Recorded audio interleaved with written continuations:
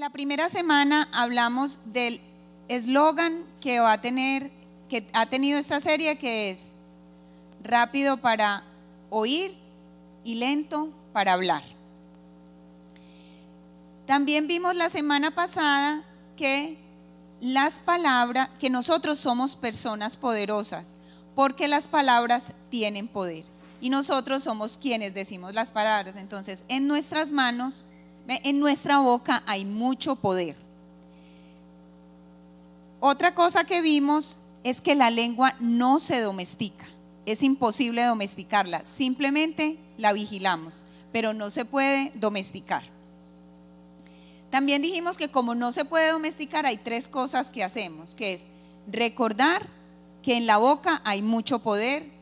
2, rendir nuestra boca delante de Dios todas las mañanas y decirle que le entregamos nuestra boca y todas las palabras que vamos a pronunciar en ese día. Y confesar, que vamos a pedir disculpas cuando decimos algo inapropiado, no justificándonos, sino simplemente reconociendo nuestro error, porque cuando nos tratamos de justificar, la embarramos peor. Entonces simplemente decir, lo siento, me equivoqué y nada más. Hoy, la semana pasada estuvimos hablando de unos versículos del apóstol Santiago. Hoy vamos a hablar en Efesios, que es una carta escrita por el apóstol Pablo. Ustedes conocen quién es el apóstol Pablo, que primero era un perseguidor de los cristianos y luego se convirtió en el apóstol con mayor cantidad de epístolas escritas en la Biblia. Prácticamente todo el Nuevo Testamento está escrito por Pablo.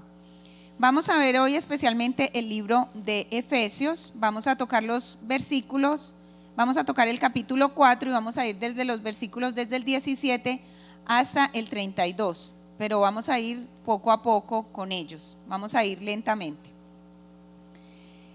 Empezamos con Efesios 4 del 17 al 18 y nos dice: así que les digo esto y les insisto en el Señor. O sea, Pablo les está hablando a las personas de Éfeso. No vivan más con pensamientos frívolos como los paganos.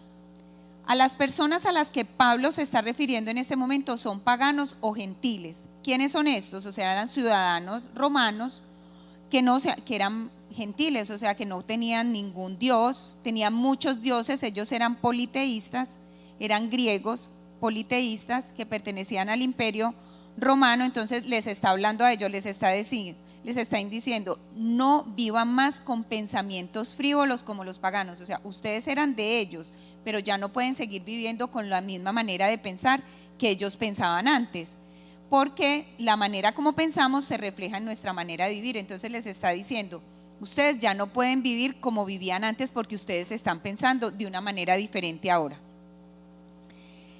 El versículo 18 dice: a causa de la ignorancia que los domina y por la dureza de su corazón, estos tienen oscurecido el entendimiento y están alejados de la vida que proviene de Dios.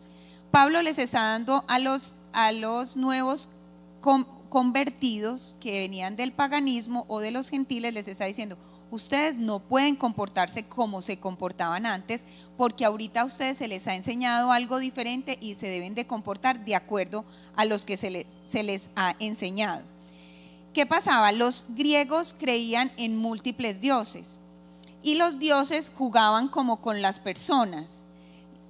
Yo no sé si ustedes han escuchado que ofrecían niños, a veces cortaban a las personas por la mitad, había inclusive inmoralidad sexual supuestamente entre los sacerdotes de los famosos dioses y los creyentes. Entonces la gente tenía diosesitos de esas relaciones.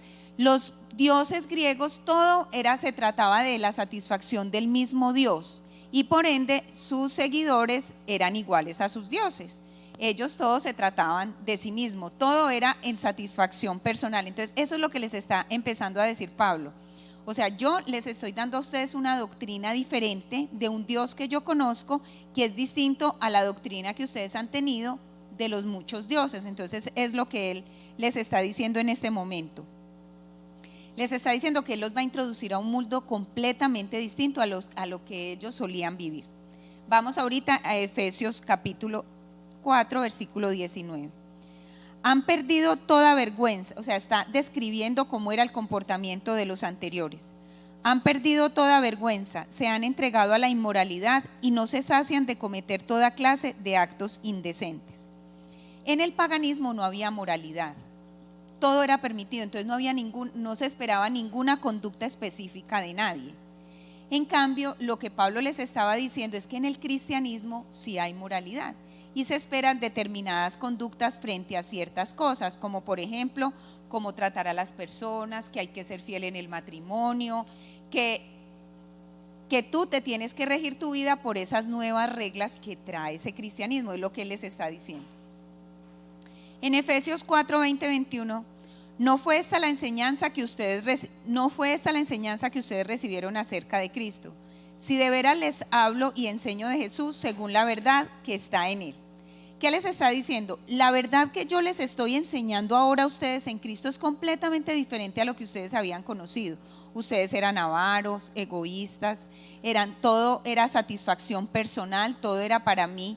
Y ahorita yo les estoy enseñando una doctrina completamente diferente a lo que ustedes solían hacer.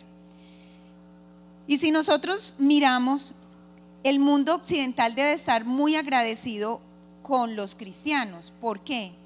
Porque la cristiandad o Jesucristo trajo los valores al mundo occidental. Porque antes, como había el politeísmo, como les digo yo, no había ningún comportamiento moral esperado. Gracias al cristianismo es que nosotros sabemos que las mujeres valen exactamente lo mismo que los hombres, que los niños también tienen un valor, aunque por acá nos miren raro, que hay derechos humanos, que todos tenemos dignidad, que los niños tienen dignidad y que son a la par con todos los hombres, que las personas pobres deben de ser tratadas exactamente lo mismo, con el mismo estatus que cualquier persona, que el acoso sexual y el abuso sexual son cosas malas. Esto antes no existía, este código de conducta. Eso ingresó al mundo con el cristianismo. Entonces el cristianismo le debe, la sociedad ahora le debe al cristianismo todas estas reglas morales. Entonces para ellos esto era completamente nuevo y Pablo eso es lo que les está queriendo decir. Ustedes venían de un pensamiento completamente diferente y por eso se comportaban distinto. Yo ahorita les voy a cambiar como el chip, les voy a cambiar todo y ustedes tienen que cambiar su manera de vivir porque su manera de pensar va a cambiar. En el 22 les dice, con respecto a la vida que antes llevaban, les enseñó que debían quitarse, con respecto a la vida que antes llevaba, se les enseñó que debían quitarse el ropaje de la vieja naturaleza, la cual está corrompida por los deseos engañosos. Entonces, ¿qué le está diciendo él? Ustedes sienten como esa vida que llevaban como si fuera un ropaje. Yo les estoy diciendo ahorita que ustedes se tienen que despojar. Dicen que deben quitarse ese ropaje. ¿Qué es quitárselo? O sea, completamente quitárselo, meterlo en una bolsa y llevarlo como a la basura. Eso es lo que les está diciendo que deben de hacer con su antigua manera de vivir, la cual estaba corrompida por deseos engañosos. ¿Qué es un deseo engañoso? Un deseo engañoso es ese deseo que te promete algo pero que no lo cumple. Y cuando no lo cumple, que normalmente no lo cumple, te dice, la próxima vez sí lo voy a cumplir. Cuando uno es infiel, ese deseo engañoso que le dice, espera y verá lo rico que usted va a pasar, espera y verá lo delicioso que usted se va a sentir. Y cuando usted comete el acto de infidelidad, puede que en el momento sea muy rico, pero después no es tan rico porque hay un sentimiento de traición hacia alguien. Pues si todavía tiene sentimientos, no mentiras, normalmente sí debe haber esos sentimientos. Entonces, en ese momento ese deseo engañoso le dice, esta vez no, pero la próxima vez, es que esta vez no, porque es que la culpable es usted que se dejó llenar de moralismo, pero la próxima vez sí lo va a sentir. Entonces eso es un deseo engañoso y es lo que le está diciendo Pablo. O sea, quítense la vieja manera de vivir, quítensela como si fuera un abrigo que ustedes se están quitando y lo desechan y lo meten por otra parte y no le hagan caso a los deseos engañosos que llegan a su vida. En el 4:23-24 les dice, ser renovados en la actitud de su mente y ponerse el ropaje de la nueva naturaleza creada a imagen de Dios en verdadera justicia y santidad. La gente siempre ha actuado tratando de imitar a sus dioses, siempre. Y lo que ahorita Pablo les está diciendo es: quítense ese de los dioses que ustedes tenían, todas esas actitudes, y se van a poner un nuevo ropaje que es de este Dios. Y es un Dios tan increíble que los hace a ustedes decirle Padre, Padre Celestial, porque antes los dioses eran intocables. Ahorita les está diciendo: se acerca a ustedes como un Padre. ¿Qué les estaba diciendo? Dejen de satisfacerse a ustedes mismos y van a satisfacer a ese Dios que ustedes tienen, que no pide nada de ustedes sino para ustedes. ¿Por qué les hago todo este preámbulo? Porque exactamente de la misma manera que Pablo se está dirigiendo a los de Éfeso, se puede estar dirigiendo Dios exactamente en este momento a nosotros. ¿Y qué nos está diciendo? ¿Cómo era tu antigua manera de vivir? Yo creo que la antigua manera de vivir de todos nosotros era yoísta, y aún tenemos mucho rastro de ella. Yo, primero yo, segundo yo, tercero yo, como eran los dioses y cómo se comportaban los seguidores de esos dioses. Entonces Pablo les está diciendo a ellos exactamente lo que nos están diciendo a nosotros ahorita: hay que cambiar la manera de vivir, porque Dios está pensando en otra cosa para ti, está pensando en otra cosa diferente. Y ahorita empieza Pablo a describir una cantidad de comportamientos que deben de tener las personas que siguen a Dios, a ese Dios que nos dice que le digamos Padre Celestial, y entre ellas está el comportamiento de la boca, que es el que vamos a tocar.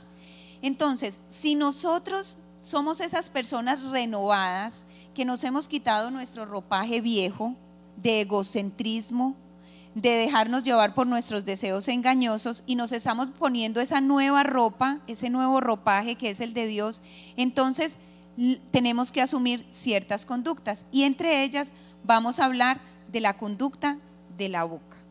Y este está exactamente en Efesios 4:29. En los versículos anteriores él describió otro tipo de comportamientos que, si ustedes quieren, los leen en su casa en la Biblia, y hoy nos vamos a enfocar simplemente en la parte del hablar.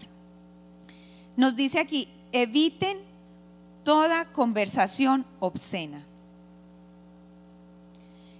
Que conversación aquí viene del griego logos, que quiere decir palabra, o sea que nos está diciendo: evite toda palabra obscena.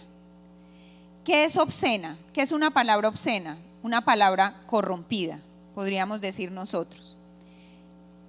El griego aquí es muy particular porque dice que se traduce como esa palabra que hay corrompida en el griego, es como si tuviera un mal olor, como el olor que deja el pescado podrido. ¿Ustedes han olido alguna vez pescado podrido? O el olor que deja una fruta, dígame, una papa podrida. O el olor que dejan unas chanclitas viejas. Eso es lo que está diciendo, lo que traduce ahí el griego, palabras obscenas. Está describiendo cualquier cosa que sea de olor desagradable. ¿Qué nos está diciendo entonces Pablo aquí? Que por favor no salga de nuestra boca ninguna palabra que huela a pescado. Cuando alguien está diciendo una palabra que no esté bien, podemos decir: ese tiene boca de pescado, para no decirle de chancleta, boca de pescado. O sea, que huele mal. Lo que está diciendo huele muy maluco, y eso es lo que nos quiere decir acá Pablo en esta carta. No les dice digan la verdad, porque inclusive para los paganos era algo que se debía hacer, que era decir la verdad. O sea, él les sube el estándar, les está diciendo: no digan palabras que huelan maluco. Y estemos muy pendientes de eso, porque nosotros no somos a veces conscientes de lo que decimos, y muchas veces lo que decimos, y nos perfumamos muy bien, y nos bañamos muy bien, y nos estregamos muy bien en el baño, pero ¿y qué tal el olor que sale de nuestra boca a través de las palabras? ¿Cómo ¿Cómo podríamos nosotros calificarlo? ¿Agradable o desagradable? Dice eviten. ¿Qué es evitar? Vigilar. Mire, que era lo que yo les decía hace 8 días. Tenemos labios y dientes para impedir que salgan las palabras de nuestra boca, y aún así atraviesan cualquier frontera. Entonces lo que nos está diciendo aquí es: eviten tener boca de pescado. Evitemos tener boca de pescado. Hay que vigilar, hay que estar atento de las palabras que decimos. Después nos dice, en el mismo versículo: por el contrario, que sus palabras contribuyan a la necesaria edificación. Aquí hay 2 palabras clave. Primero, que contribuyan. Las palabras que salgan de nuestra boca deben contribuir, o sea, deben servirle al que escucha, deben servirle al otro, deben servirle al que está, con el que estamos hablando. Entonces, ¿qué diría uno? Bueno, que contribuyan. Entonces no, pues yo todo lo que tengo que decir es que sea, ay, tan lindo, tan querido, tú tan amable, tan amoroso, decir solamente cosas chéveres. Pero no, porque dice que contribuya. A veces para contribuirle a alguien tenemos que decirle cosas duras, pero entonces ¿cómo se las decimos? ¿Huelen rico o huelen maluco? Y es de acuerdo, dicen, contribuyan a la necesaria edificación. Las palabras que yo digo deben construir. Imaginémonos una construcción y que nuestras palabras son el material con el que construimos algo. Entonces, cada que vamos a decirle algo a alguien, pensemos si mis palabras son como unos pequeños ladrillitos que van construyendo en la vida de esa persona. Y aquí hay otra cosa, dice necesaria. Necesaria edificación, o sea, lo que necesita la otra persona, lo que necesita que se le diga. Cuando nosotros edificamos algo, termina siendo mejor. O sea que cuando nosotros establezcamos una conversación con alguien, sea para que esa persona sea mejor, que cuando salga de la compañía de nosotros sea mejor. Yo quiero que ustedes se pregunten: ¿qué tan edificantes son las conversaciones que ustedes mantienen con los demás? ¿Qué tan edificantes son las conversaciones que tenemos con nuestros hijos? ¿O qué tan edificantes son las conversaciones que tenemos con la pareja? Cuando esa pareja conversa con nosotros, ese amigo, ese compañero de trabajo, ¿sale siendo una mejor persona? ¿O por el contrario, en vez de construir, demolemos? Pensemos qué tanto estamos edificando en los demás. Donde nuestras palabras siempre edificaran, ¿ustedes se imaginan cómo serían nuestros hogares? ¿Cómo serían nuestras familias? ¿Cómo sería nuestra iglesia? Sería todo una maravilla. Habría bendición por todas partes.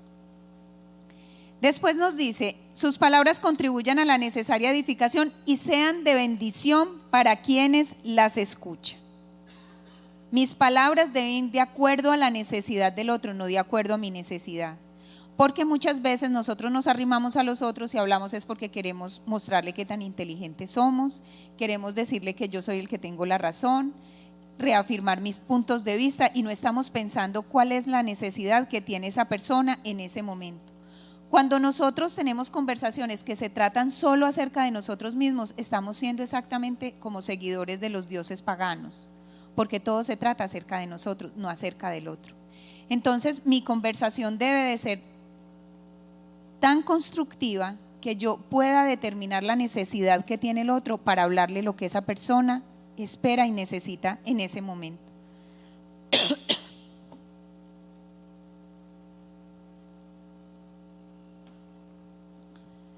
Ahora miremos el versículo 30. No agravien al Espíritu Santo de Dios, con el cual fueron sellados para el día de la redención. Que nuestras palabras sean a tal punto que no digamos una barraza, que Dios diga, o el Espíritu Santo: Dios mío bendito, ¿qué es lo que esta persona ha dicho aquí? Yo que la mandé a edificar, y vea esta como me acabó con la batica de cuadros que yo había armado. Entonces eso es lo que dice, por favor, que el Espíritu Santo no se coja la cabeza y diga, pero esta por Dios o este por Dios, ¿qué es lo que está diciendo y qué es lo que está haciendo? Si no, no construyamos, no destruyamos, no hagamos demoliciones poco a poco. Entonces preguntémonos algo. Todos sabemos que lo que yo les estoy diciendo suena muy bonito y todos lo quisiéramos hacer, porque no hay nada más maluco que uno sentirse mal con lo que dice o estar a toda hora pidiendo disculpas. Perdón, ay, perdóname por lo que te dije, ay, perdón. Uno, pero ¿por qué yo no soy capaz de hablar bien? Ustedes recuerdan la última frase que dijimos en el grupo pasado, que era que lo que hay donde en el corazón habla nuestra boca. Entonces, no es lo que está afuera lo que contamina al hombre, sino lo que sale del hombre. ¿Qué pasa? Aquí nos va a decir Pablo por qué nosotros no hablamos de la manera que queremos hablar. Abandonen toda amargura. Ahí está el secreto. Abandonen toda amargura. No nos dice que paremos de ser amargados. Nos está diciendo que la abandonemos. O sea, es deshacernos. Coger así como usted coge todo lo que tiene que no sirve y lo mete en una bolsa y va y lo tira allá. Exactamente de esa manera. La amargura. Abandonemos toda amargura. Porque la amargura, no, por la amargura que hay en nuestro corazón, se nota en lo que decimos, en cómo lo decimos y a quiénes se lo decimos. No podemos edificar si estamos amargados.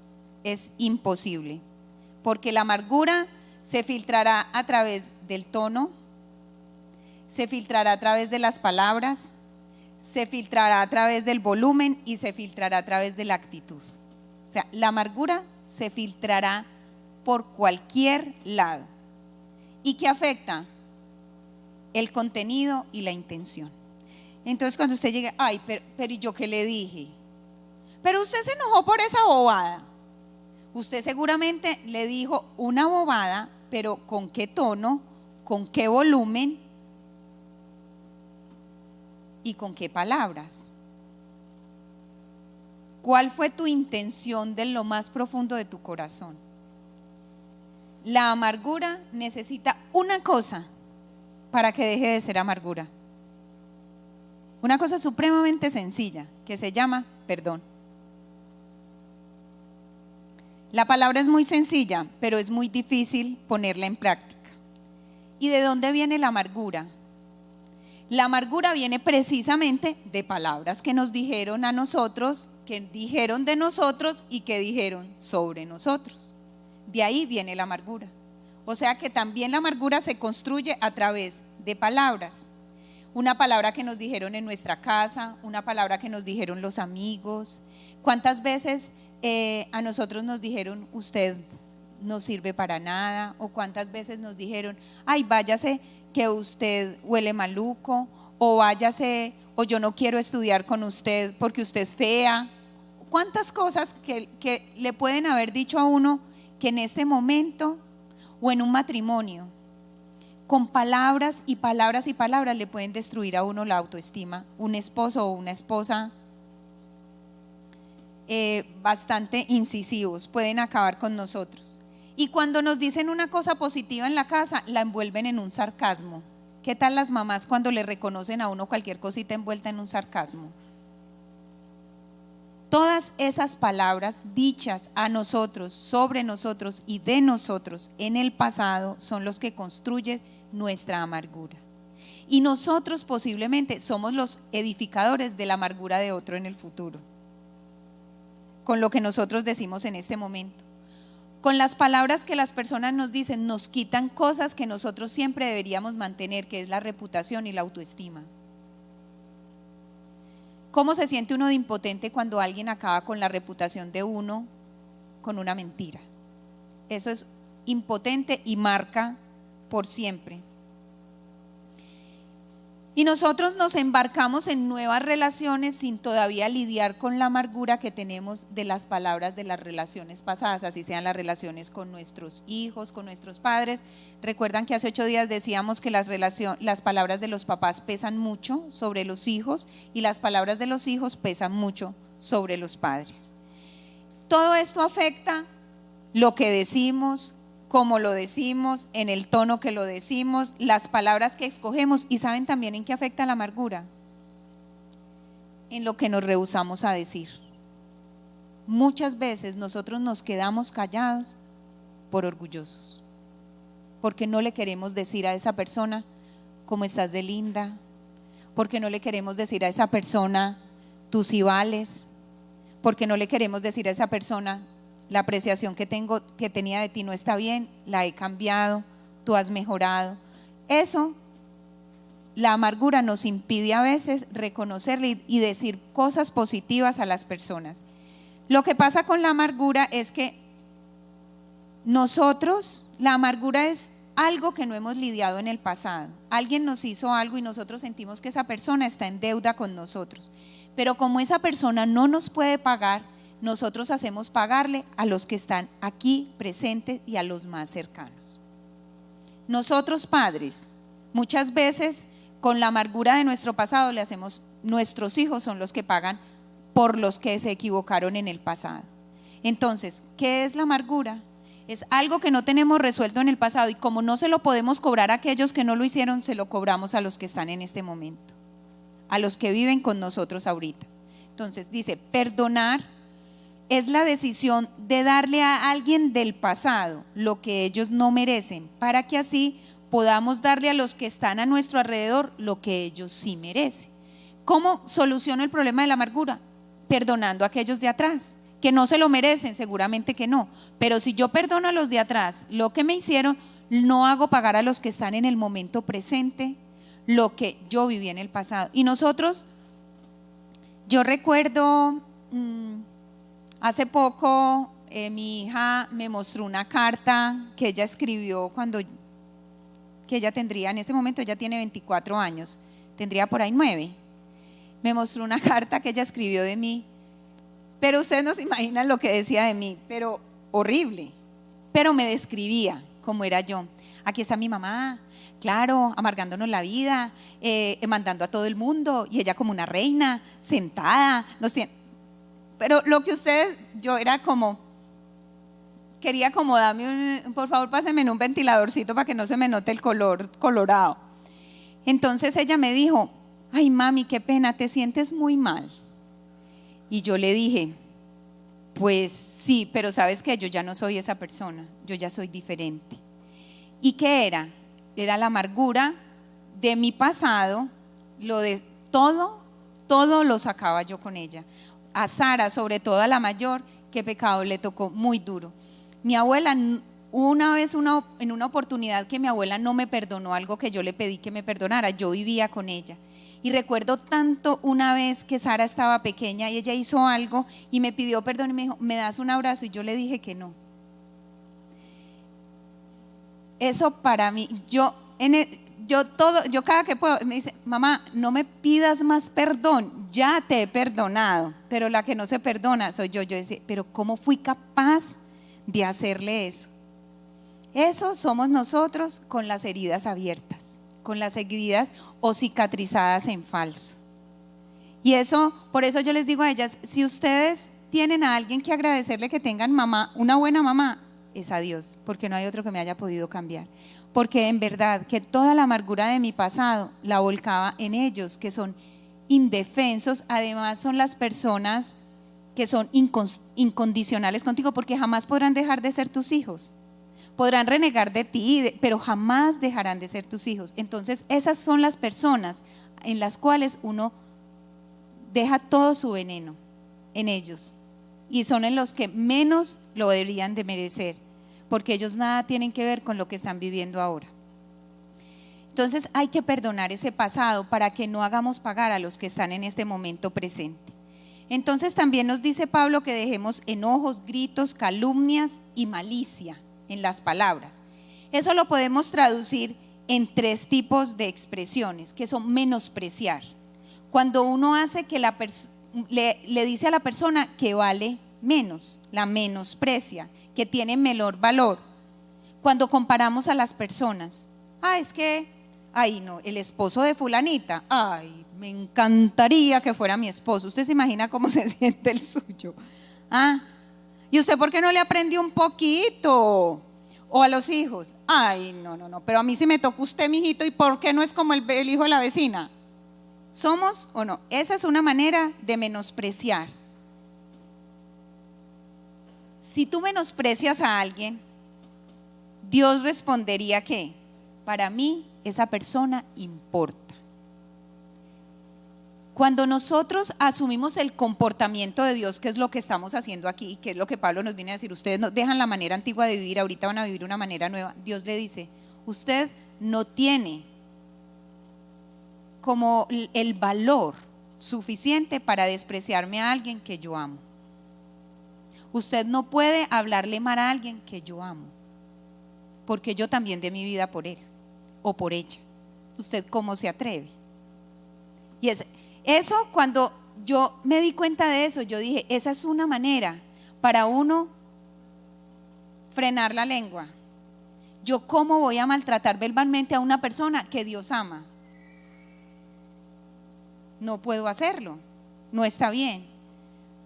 Entonces dice, si a mí me importa esa persona y para mí tiene valor, para ti también lo tiene que valer, entonces no lo menosprecies.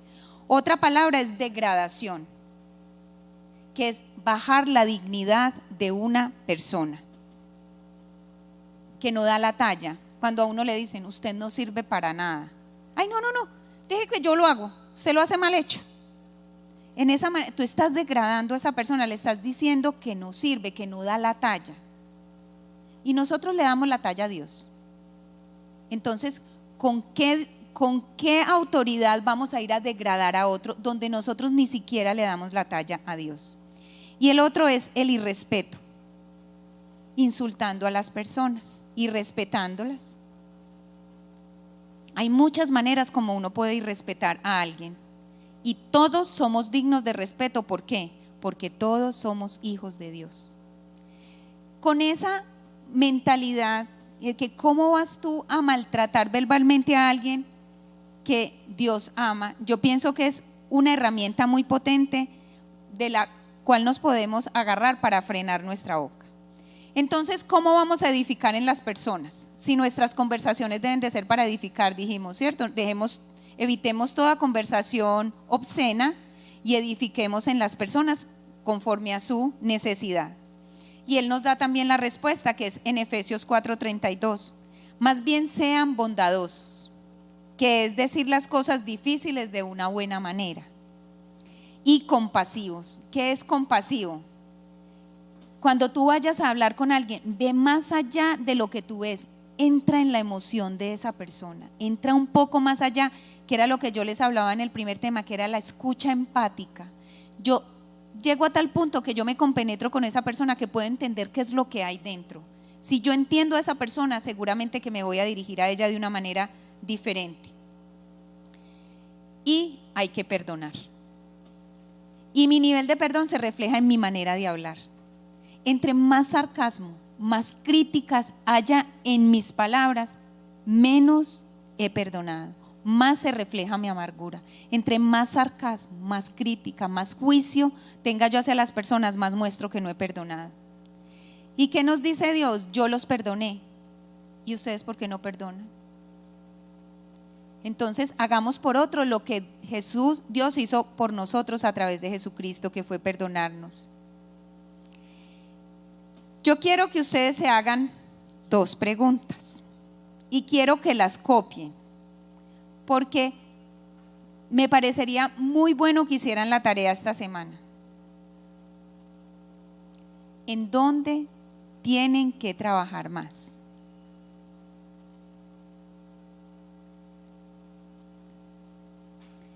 ¿Y quién desea que empieces a trabajar pronto? Y con certeza que son las personas más cercanas a ti.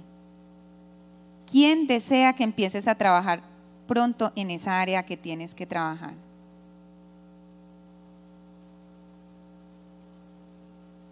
quiero que se vayan con esto en su cabecita. El sarcasmo no edifica a nadie.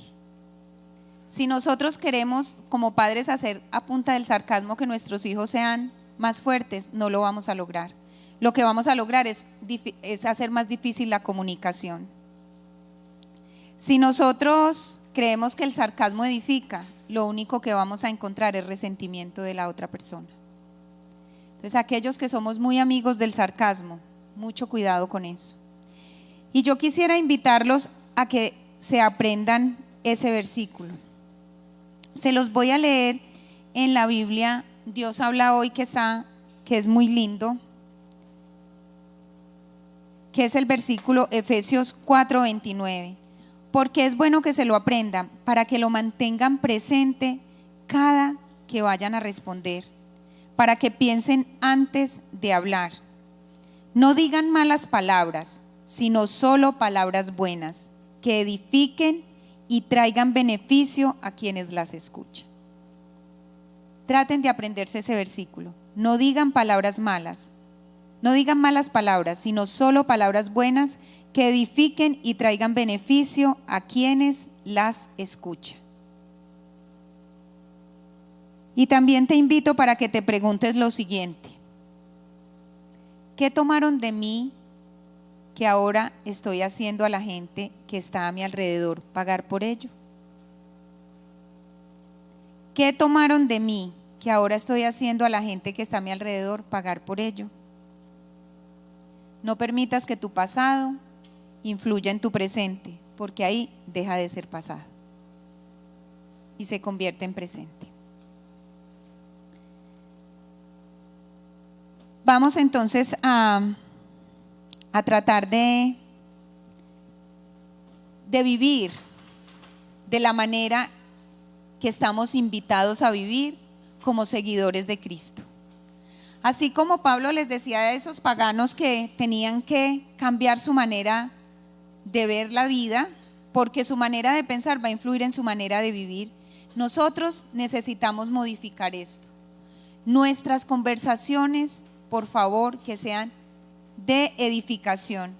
Pensemos en que cada palabra que sale es un ladrillito que está construyendo en el otro, que está levantando un edificio, que está levantando algo para construir.